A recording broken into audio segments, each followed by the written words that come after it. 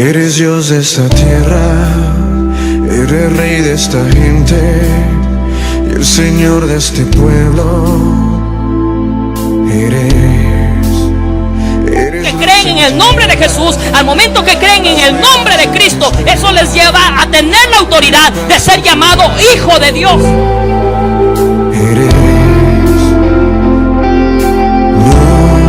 hay nadie como nuestro Dios. Estamos contentos de estar en la casa de Dios. Dice el salmista: no hay mejor lugar que estar en la casa de Dios. Reciban un saludo de la iglesia allá de Santo Domingo. Estamos acá por cuestiones de que venimos a sufragar, y Dios nos ha dado, gracias por la oportunidad del pastor, de poder llevar la palabra esta noche. Cuenta la historia que una vez una niña estaba con mucha incertidumbre y quería saber de dónde viene la raza humana. Así que va donde su mamá mientras su mamá cocinaba y le dice: mamá, ¿de dónde viene la raza humana?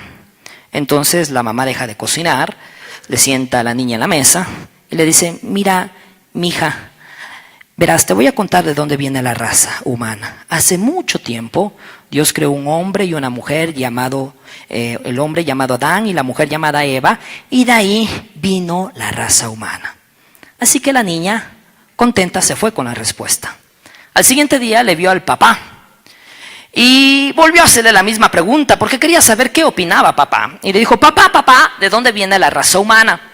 Y el papá le dijo: verás, mija, hace muchos años existieron los monos y los monos fueron evolucionando hasta que apareció la raza humana. Así que la niña estaba con incertidumbre porque mamá decía una cosa y papá decía otra. Así que al siguiente día le ve a mamá y le dice: mamá, ¿cómo puede ser posible que tú me digas que la raza humana viene de Adán y Eva y mi papá dice que viene del mono? Así que la mamá le sienta a la niña y le dice: verás, mijita, es muy sencillo. Yo te hablé de parte de mi familia y tu papá le habló de parte de su familia. Hace pocos minutos o hace pocas horas venimos tomando o cumpliendo con un deber que es elegir a nuestras autoridades. Hace pocos minutos de venir acá, nos encontramos con dos personajes o dos candidatos que proclaman ser presidente. Y ante esta realidad y esta incertidumbre, surge la pregunta: ¿y qué va a pasar? ¿Qué va a suceder? ¿Qué es lo que nos espera a nuestra nación? ¿Y ahora qué? Yo no sé si ustedes se han hecho esta pregunta frente a los que estamos viviendo, pero ¿qué nos espera el día de mañana? ¿Qué nos va a suceder con los eventos que estamos cada día viviendo? En nuestra nación, en nuestra Latinoamérica. Yo no sé si ustedes se han hecho la pregunta algún momento y se han puesto a pensar: ¿y ahora qué? ¿Qué va a pasar? ¿Qué va a suceder? ¿Cuál será nuestro actuar como cristianos? ¿Y ahora qué? Y ese es el tema que quiero hablar con ustedes esta noche. ¿Y ahora qué? Vamos a abrir nuestras Biblias en el Evangelio de Juan, capítulo 6, versículo 5.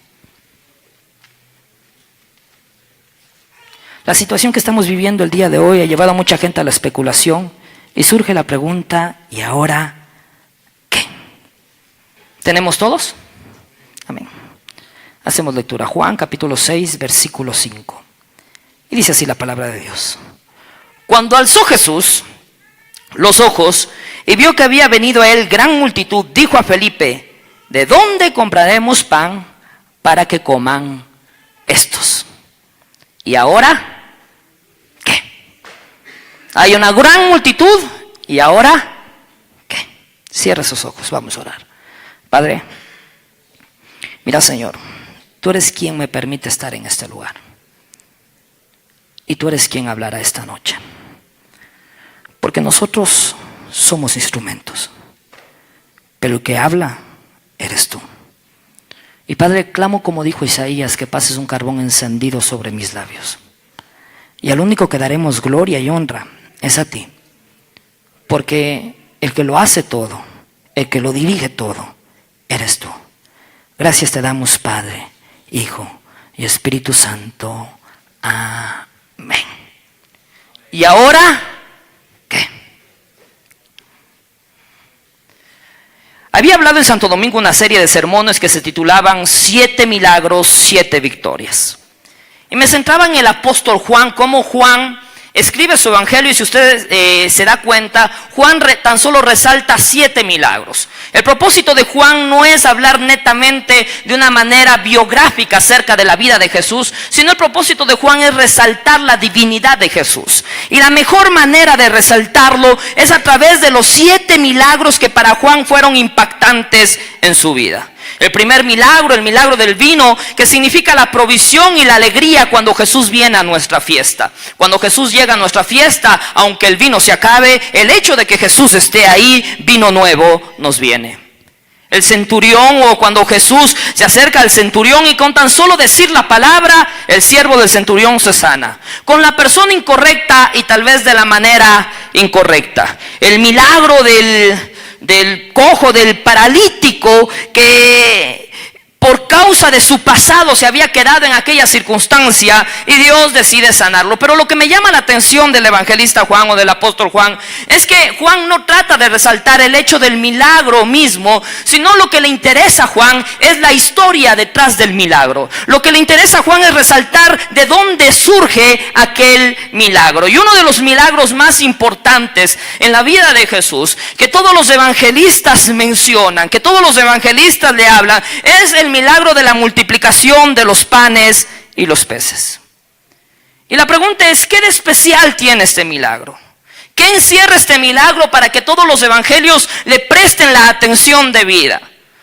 Porque cada evangelista siempre se centra en un milagro de lo que Jesús hizo, porque a cada uno le llamó la atención de esto. Cada evangelista tiene su propia perspectiva acerca de Jesús. Pero cuando nos encontramos, cuando todos los evangelistas mencionan un milagro en especial de igual manera, es que algo sucedió en ese milagro. Y este milagro es el milagro de los panes y los peces. Ha pasado todo un año de ministerio de Jesús y Juan nos narra el milagro más conocido de Jesús, el milagro de la multiplicación. Pero lo interesante es dónde se da ese milagro. Y el evangelista Juan dice en el evangelio, en el capítulo 6, que este milagro se da en el lago de Tiberios. ¿Y cuál era el lago de Tiberios? El lago de Tiberios era conocido como una ciudad maldita. Herodes había decidido levantar una ciudad en honor al emperador Tiberios, y cuando empieza a construir aquella ciudad, de repente se encuentran con cuerpos en aquel lugar. Así que nadie quería poseer aquella ciudad, porque decían, si ahí hubo muertos, esa ciudad es maldita. Así que Herodes, con el afán de poder poblar aquella ciudad, decide regalar tierra a ex convictos, a ex esclavos, gente que no tenía un futuro prometedor, gente que estaba dispuesto a vivir en cualquier lugar con tal de empezar de nuevo. Gente que su pasado había sido desastroso y su futuro no era nada bueno. En esa ciudad era donde Dios realiza, o donde Jesús realiza el milagro. Un lugar donde la gente tenía un futuro incierto. Es como si el día de hoy un convicto saliera de libertad, está libre, pero su futuro es incierto. Nadie quiere contratar a un ex convicto. Generalmente nadie quiere darle trabajo. Están libres, pero su futuro incierto. Como la pareja que quiere restablecer su matrimonio después de una crisis. Pasaron por una crisis y su futuro es incierto. Como el joven que lucha por salir adelante y recuperar la confianza de sus padres, porque tal vez hace años atrás fracasaron y quiere empezar de nuevo, pero su futuro es incierto. Su pasado los ha marcado. Como la mujer que decide salir adelante frente al abandono de su esposo con sus hijos, y aún así decide luchar y dice, voy a luchar por mis hijos, pero reconoce que su futuro es incierto. Como el hombre que quiere seguir adelante, que quiere levantar a su familia, pero fracasó económicamente y las deudas del pasado le viven atormentando, y aunque quiere seguir y que quiere salir adelante, su futuro sigue siendo incierto. Y en esos momentos son donde surge la pregunta: ¿y ahora qué? ¿Qué va a ser de nuestra vida? ¿Qué va a pasar? Nuestro futuro no es favorable, nuestro futuro es incierto. ¿Y ahora qué? ¿Cómo puedo volver a empezar cuando mi pasado me vive atormentando? Somos libres, pero con un futuro incierto. Y ahí es donde se hace latente esta pregunta: ¿y ahora qué? Y esta gente es la que decidió buscar a Jesús, tal vez con una opción incorrecta por sus milagros, tal vez con una esperanza perdida, sin saber qué hacer, sin saber qué es lo que les esperaba. ¿Y cuántas veces, mis hermanos, nos hemos sentido de la misma manera? Con una fe incierta. No sabemos qué nos espera el día de mañana. No sabemos qué va a pasar en nuestra casa. No sabemos qué va a pasar en nuestro hogar. No sabemos qué va a pasar en nuestra familia. Nuestro futuro es incierto. Y ahí es donde surge la pregunta: ¿y ahora qué? ¿Qué nos enseña la palabra cuando pasamos estos momentos? ¿Qué nos enseña estas palabras cuando estamos atravesando aquel instante donde decimos: no sé qué me espera el mañana? Parece que cada vez que doy un paso, parece que me estoy hundiendo. Parece que cada vez que quiero avanzar, termino retrocediendo. ¿Qué pasó con esta gente? ¿Qué nos enseña la palabra? ¿Cuál es la respuesta en medio de la incertidumbre? Hace unos días atrás un hermano me decía: pastor, no sé qué hacer, las cosas cada vez van de mal en peor en mi trabajo. Y volvió a decir: ¿y ahora qué? Y creo que todos algún momento hemos llegado a esta situación, que no tenemos respuesta ante nuestra necesidad, y surge la pregunta: ¿y ahora qué? Una multitud que estaba delante de Jesús con un deseo incorrecto, que buscaba tal vez por un milagro. Las horas habían pasado, el hambre les estaba atormentando y empieza la situación. Los niños empiezan a llorar por la falta de alimento, y ahí es donde surge la pregunta de parte de Jesús y dice: ¿de dónde compraremos pan? ¿Y ahora qué hacer? ¿Y ahora qué? ¿Qué hacer cuando no hay salida? ¿Qué hacer cuando nuestro futuro nos parece incierto? ¿Qué hacer cuando no hay salida y lo único que nos queda decir es: ¿y ahora qué? ¿Qué nos enseña la palabra de Dios? ¿Qué nos habla la palabra de Dios? Y quiero que vayamos a Juan capítulo 6, versículos 5 y 6. Y quiero que preste atención, porque hay momentos en los cuales nosotros nos encontramos de esta manera, con un futuro incierto, la situación es grave. Por más que estamos en la iglesia, sentimos que el mundo se nos viene encima y no sabemos qué hacer. Pero presta atención a lo que dice el texto. Juan capítulo 6, versículos 5 al 6.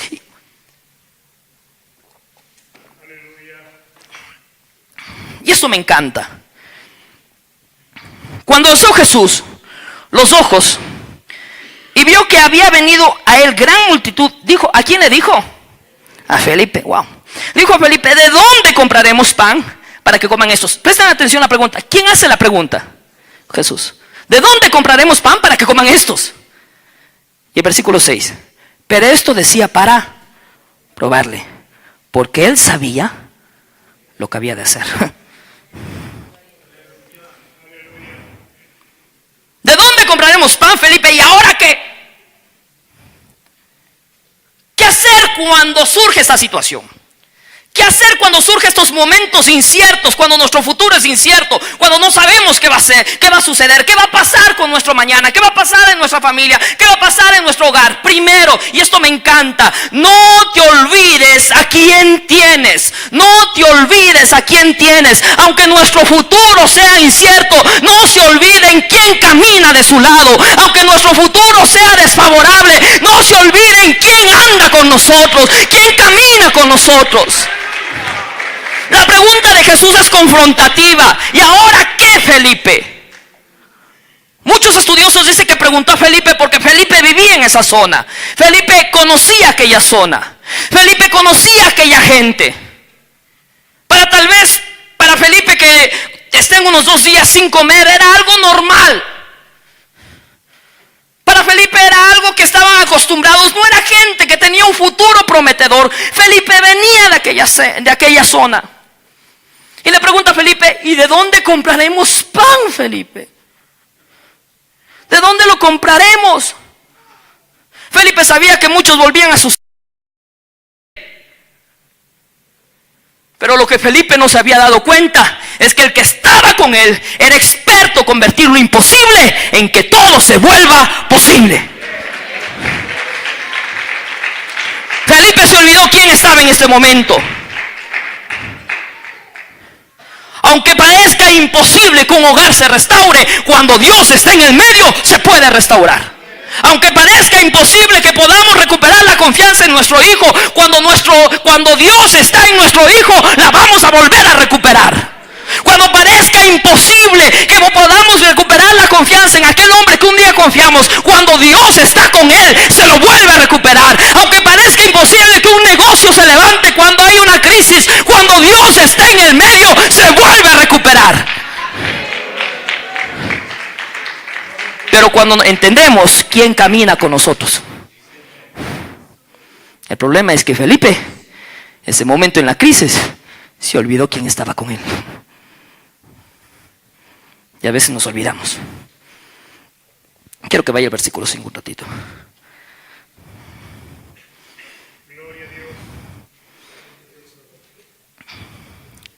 Jesús dijo, aunque te dejare padre y madre, con todo Jehová te recogerá. Nos olvidamos quién está con nosotros.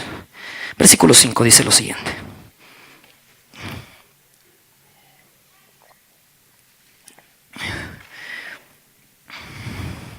Cuando alzó Jesús los ojos y vio que había venido a gran multitud, dijo Felipe, ¿de dónde? ¿Qué dice el texto? ¿De dónde? ¿De dónde compraremos pan? Jesús le presenta el problema a Felipe. Ahora, esto me encanta, porque la palabra compraremos, la palabra que utiliza Jesús en el griego es la palabra agorazo. Viene de la palabra griega agora. Y esta palabra generalmente se usaba para comprar un esclavo. Pero préstame atención a lo que voy a decirle. Porque esta palabra comprar también en el griego significa redimir. ¿Cómo? Les explico. Porque cuando una persona era esclava, no podía comprar su libertad. Así que cuando era llevado al ágora, al mercado de esclavos, el esclavo fijaba su mirada en una persona al cual él podía confiar.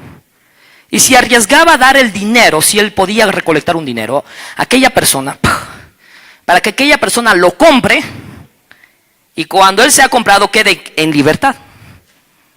Pero eso debía asumirse un riesgo. Porque si el esclavo inconscientemente pasaba a alguien por ahí y le daba el dinero a la persona incorrecta, esa persona incorrecta se llevaba el dinero. Así que el esclavo tenía que observar muy bien a la persona para arriesgar a darse el dinero para que aquella persona le redima. E interesantemente, esta palabra utiliza Jesús. ¿De dónde compraremos pan? ¿Qué le estaba diciendo a Felipe? Mira, Felipe, toda esta gente que tú conoces aquí tiene un futuro incierto. Están esclavos de su pasado y están buscando el lugar correcto para salir de esto. Pero ahora yo estoy aquí y yo he venido para redimirles, y yo soy la persona correcta para darles la libertad, porque cuando yo estoy, todo tiene que cambiar. ¿Y ahora qué? No te olvides a quién tienes. La situación está grave, no te olvides a quién tienes. Versículo 9. ¿Y ahora qué? No te olvides a quién tienes. Tienes a Jesús. Jesús dijo, y esto dijo para probarlos. ¿Cuántas veces nos olvidamos a quién tenemos? Estamos llorando y nos olvidamos que Dios está a nuestro lado. Versículo 9. Aquí está un muchacho, después viene la solución, que tiene 5 panes de cebada y 2 pececillos. Más, ¿qué es esto para tantos? ¿Qué es esto para tantos? Primero, ¿y ahora qué? No te olvides a quién tienes. Segundo, si está apuntando, no te olvides lo que tienes. Segundo, no te olvides lo que tienes. 15,000 personas no tienen que comer, niños y hombres y mujeres contados ahí. No tienen que comer. Y viene Andrés, le pregunta a Felipe y dice, ¿y ahora qué hacemos? Ni trabajando 8 meses les vamos a dar de comer a estos. Ni 8 meses. Y viene Andrés, y encontré una solución. Hay un muchacho que tiene 5 panes de cebada. Los panes eran unos panes pequeños. Y 2 pececillos. Los pececillos era como una mermelada. No es como ustedes imaginan unos peces. Era la comida, la ración que un pobre tenía cada vez que caminaba largas distancias. Y un niño tenía su ración. Pero esa ración no era nada frente a la cantidad de gente que había. Como dicen allá en Santo Domingo, ni para la muela. ¿Cómo me creerán que vengo en el nombre de Dios? Dijo Moisés. Está bien, Dios le llama a Moisés y le dice, yo te he llamado para que liberes a mi pueblo. Y Moisés dice, está bien, pero ¿cómo me creerán? ¿Y cuál es la respuesta de Dios? ¿Qué tienes en tu mano? ¿Qué tienes en tu mano? La situación está grave. ¿Qué tienes en tu mano? ¿Qué es lo que Dios te ha dado? Que aún lo tienes. No es nada para cambiarlo, pero algo tienes. ¿Qué es lo que tienes? Y una simple vara sacó a Israel de Egipto. No te olvides lo que tienes. Es ilógico, lo que tengo no abastece, pero algo tienes. Yo recuerdo cuando era muchacho, mi papá me llevó a pescar, le encanta la pesca. Hace tiempo atrás fue a pescar allá por Cojimíes. Mi hijo sacó un pez, mi esposa sacó 2 peces, mi papá no sacó nada. Y me llevó a pescar cuando yo era muchacho. Y yo muy contento. Y dije, papá, ¿qué vamos a comer? Él puso unas galletas en la bolsa y dijo, tranquilo, lo que pescamos, comemos. Y ese día no pescamos nada. Así que cuando fuimos a comer, mi papá lo que sacó era una simple galletas. Y dije, papá, ¿dónde están los peces? Él me dijo, algo tienes que comer. Come y calla. Pero algo tienes. Muchas veces nos quejamos con Dios y nos olvidamos lo que Dios nos ha dado. Y renegamos con Dios. Una vez vino una pareja y dijo, pastor, hemos aconsejado a algunas parejas allá, pero vino un especial que me llamó la atención y me dijo, pastor, no puedo competir. Me he enterado que mi esposo está saliendo con una mujer que es mucho más joven que yo. Con una mujer que es profesional. Pastor, yo no tengo nada para competir con aquella mujer. Yo le dije, no te olvides lo que tienes. Y ella me dijo, ¿qué tengo? Primero tienes a Dios. Y segundo, tu esposo todavía está en casa. Y mientras esté en casa, hay esperanza, porque Dios te va a restaurar. No te olvides lo que tienes. A veces nos quejamos y nos olvidamos lo que Dios nos ha dado. Un muchacho tan solo tenía 5 panes y 2 peces. 5 panes pequeños de cebada y los peces como una mermelada, no era nada. Era tan solo para acompañar un pequeño sándwich. Era la pequeña ración para una persona pobre.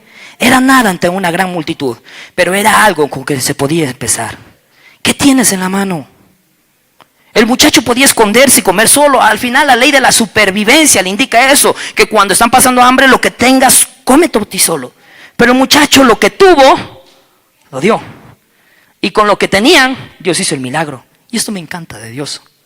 Porque Dios no va a hacer el milagro si primero tú no descubres lo que tienes. Y cuando descubras lo que tú tienes, ahí es cuando Dios va a obrar. Porque Dios quiere que entiendas que nunca te va a dejar sola. Algo siempre vas a tener donde Dios te va a sorprender. No te olvides lo que tienes. Decidió compartir. Últimamente he escuchado a las personas, ¿y cómo está? Ay, yo estoy mal. Y usted, ay, yo peor, estoy pasando deudas. Y cuando uno escucha a esas personas, como que uno se desanima, porque el uno está peor que el otro. Y nos olvidamos a quién tenemos y nos olvidamos lo que tenemos. Pero si nos diéramos cuenta lo que tenemos, veríamos cómo Dios prospera lo que tenemos y cómo Dios hace grandes cosas. Y como que mucha gente ha perdido las ganas de luchar. Mira la vida como algo sin salida. ¿Qué tienes en la mano? No te olvides lo que Dios te ha dado. No te olvides lo que tienes, aunque sea 5 panes y 2 peces. Es pequeño, pero algo tienes. John Mason decía lo siguiente: deja de hablar a toda hora la situación que atraviesas y decide ahora mismo atravesarlo. No aceptes tu actual situación pasajera como tu futura situación permanente. Voy a volverlo a repetir. John Mason dice: deja de hablar a toda hora la situación que atraviesas y decide ahora mismo atravesarla. No aceptes tu actual situación pasajera como tu futura situación permanente. Ya vemos muchos que seguimos hablando de nuestro fracaso y nos enclaustramos en nuestro fracaso porque no queremos salir del mismo y nos olvidamos de lo que Dios ya nos ha dado. Mi hogar se va a destruir, va a ir mal. ¿Y cómo está? No está de mal en peor. Y no nos olvidamos que aún nuestra esposa está en casa, que aún nuestros hijos estén en casa, y mientras ellos estén, Dios hará un milagro. No te olvides lo que tienes. ¿Y ahora qué? Primero, no te olvides a quién tienes. Segundo, no te olvides lo que tienes. Y tercero, versículo 11.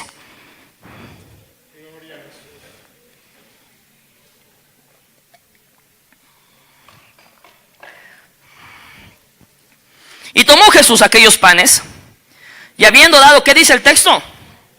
Gracias. Wow, interesante. Los repartió entre los discípulos, y los discípulos entre los que estaban recostados, y asimismo los peces cuanto querían. Pero esto me encanta. Y tomó Jesús aquellos panes, ¿y qué hizo? Wow. ¿Qué hizo? Dio gracias. Dice el texto, y los multiplicó. No. En ningún momento el texto dice que los multiplicó. Solo dice el texto que dio gracias. Tengo 5 panes y 2 peces y doy gracias. Tercero, ¿y ahora qué? Tercero, aprende a dar gracias. Me encanta lo que Jesús hace. Está una multitud hambrienta y decide levantar los panes y los peces. Y para variar decide levantar para dar gracias. No alcanza ni para uno y da gracias. Los judíos estaban acostumbrados a dar gracias después de comer. Ellos no oraban antes de comer, ellos oraban después de comer. ¿Cómo pueden dar gracias de algo que no han comido? Pero Jesús hace lo contrario. Primero da gracias y después ¿qué? Come. No dice el texto que lo multiplicó. No dice el texto, y Jesús alzó los panes y dijo, Señor, multiplícalos. No, solo dijo, gracias. Gracias. No pide que le multiplique el pan, solo da gracias de lo que tiene. Era poco, pero da gracias. Era insignificante, pero dio gracias. En ocasión nosotros somos acostumbrados a dar gracias después de recibir, no antes. Queremos ver para después agradecer. Somos como Tomás, si no veo, no creo. Pero cuando usted lee la Biblia, nos encontramos que los grandes milagros suceden cuando el pueblo dio gracias sin antes recibirlo. Cuando Samuel fue con los israelitas y los filisteos estaban subiendo a la montaña y estaban subiendo con un ejército grande, y Samuel levantó su voz y dijo, hasta aquí nos ayudó Jehová. No peleó, pero dio gracias. Dijo, si Dios me ayudó hoy, Dios me ayudará mañana, y si Dios me ayudará mañana, Dios me ayudará siempre, y sigo dando gracias. Cuando el rey Josafat tuvo que enfrentarse a 3 ejércitos mayores que a él, dice la Biblia que llamó a los cantantes y empezaron a cantar, a dar gracias. Y lógico, tienen una batalla y están dando gracias. Es que solo el que entiende o el que camina en la fe puede ver que el mundo puede hacerse pedazos, pero nosotros seguiremos confiando en Dios y damos gracias porque Dios nos va a responder. Un David que se enfrentó al gigante. El gigante insultaba a la gente y David le dijo incircunciso. No peleó y ya le dijo incircunciso. ¿Cuántas veces damos gracias sin antes tener? ¿Cuántas veces damos gracias sin antes recibir la bendición? ¿Cuántas veces damos gracias sin antes ver la mano de Dios? Y en eso se trata la fe. La fe se trata en dar gracias sin tenerlo, porque conozco que Dios me va a dar. Es más, la palabra fe viene de la palabra griega pistos. Y esta palabra pistos literalmente significa conocimiento. En otras palabras, yo doy gracias porque conozco que mi Dios no me va a defraudar. Y aunque el mundo se me venga encima, yo daré gracias a Dios. Por lo poco que tengo, le daré gracias al Rey. ¿Y ahora qué? El mundo se me viene encima. No sabemos lo que va a ocurrir con nuestra nación. No sabemos lo que va a ocurrir con nuestra familia. No sabemos lo que va a ocurrir con nuestros hijos. Nuestro futuro es incierto. Somos como parte de aquella multitud con un futuro incierto. ¿Qué hacer en estos momentos? No te olvides a quién tienes. olvides lo que tienes y aprende a dar gracias. Cuando eso suceda, entenderás que aunque el futuro sea incierto, con Dios nuestro futuro se vuelve prometedor. Ahora, hay algo que me llama la atención. Y es que en el versículo Juan resalta estos aspectos. Y dice que el versículo 4, y estaba cerca la Pascua, la fiesta de los judíos. ¿Por qué Juan resalta que esto sucede en una fiesta? ¿Qué nos interesa que esto suceda en una fiesta? Y más adelante dice, recogiendo, versículo 13, pues llenaron 12 canastas o 12 cestas de pedazos de los 5 panes de cebada que sobraron de lo que habían comido. Y hay muchos simbolismos dentro de la Biblia. En primer lugar, la Pascua era una fiesta judía que marcaba un comienzo. La Pascua era una fiesta judía que marcaba un comienzo, un nuevo comienzo. Y el número 12 para el judío simboliza gobierno. 12 tribus, 12 apóstoles, 12 canastas. Y esto me encanta de Dios, porque el milagro sucede con gente que tenía un futuro incierto. Pero cuando Dios está en el medio, todo empieza de nuevo, con un nuevo gobierno, Dios en el medio. Y aunque era gente que no tenía un futuro prometedor, el hecho de que Dios estaba ahí marcaba un nuevo comienzo. El hecho de que Dios esté en este lugar va a marcar un nuevo comienzo en nuestras vidas. Póngase de pie. Dios quiere marcar un nuevo comienzo. Dios quiere marcar algo nuevo con nosotros. Hay gente que a veces ha querido botar la toalla y no seguir adelante. Llevo tantos años en la iglesia. Felipe caminó un año entero con Jesús, pero se olvidó quién estaba con él. Llevo tantos años en la iglesia y ya quiero botar la toalla. No te olvides a quién tienes, no te olvides lo que tienes y aprende a dar gracias con lo poco que tienes. Cuando eso suceda, las cosas empiezan a cambiar y empiezas a tener un nuevo comienzo. Pero hay un texto que me encanta y me fascina, y es en el libro de Crónicas, que marca para que entendamos esta realidad. Y quiero que los músicos, con el permiso del pastor, me puedan ayudar en una canción que me encanta. Y es que un profeta viene y le dice al rey: si mi pueblo se humillare, yo descenderé de los cielos y sanaré su tierra. Pero si mi pueblo se humillare, dice el Señor, no te olvides a quién tienes, no te olvides lo que tienes, y aprende a dar gracias. Y para dar gracias es necesario humillarnos delante del Rey. Podemos estar en la iglesia, pero si no somos gratos no pasa nada. Y vamos a estar llorando y vamos a decir: las cosas están mal, el futuro es incierto, no sé qué hacer. Pero cuando aprendemos a ser gratos con Dios todos los días de nuestras vidas, aunque nuestro futuro sea incierto, sé que con Dios cada día es un nuevo comienzo. Cierra sus ojos. A sus pies, Señor, hoy tú marcas un nuevo comienzo en nuestras vidas. No nos olvidamos a quién tenemos. No nos olvidamos lo que tenemos y aprendemos a darle gracias. Un nuevo comienzo empieza con nosotros. Un nuevo comienzo marca, Señor.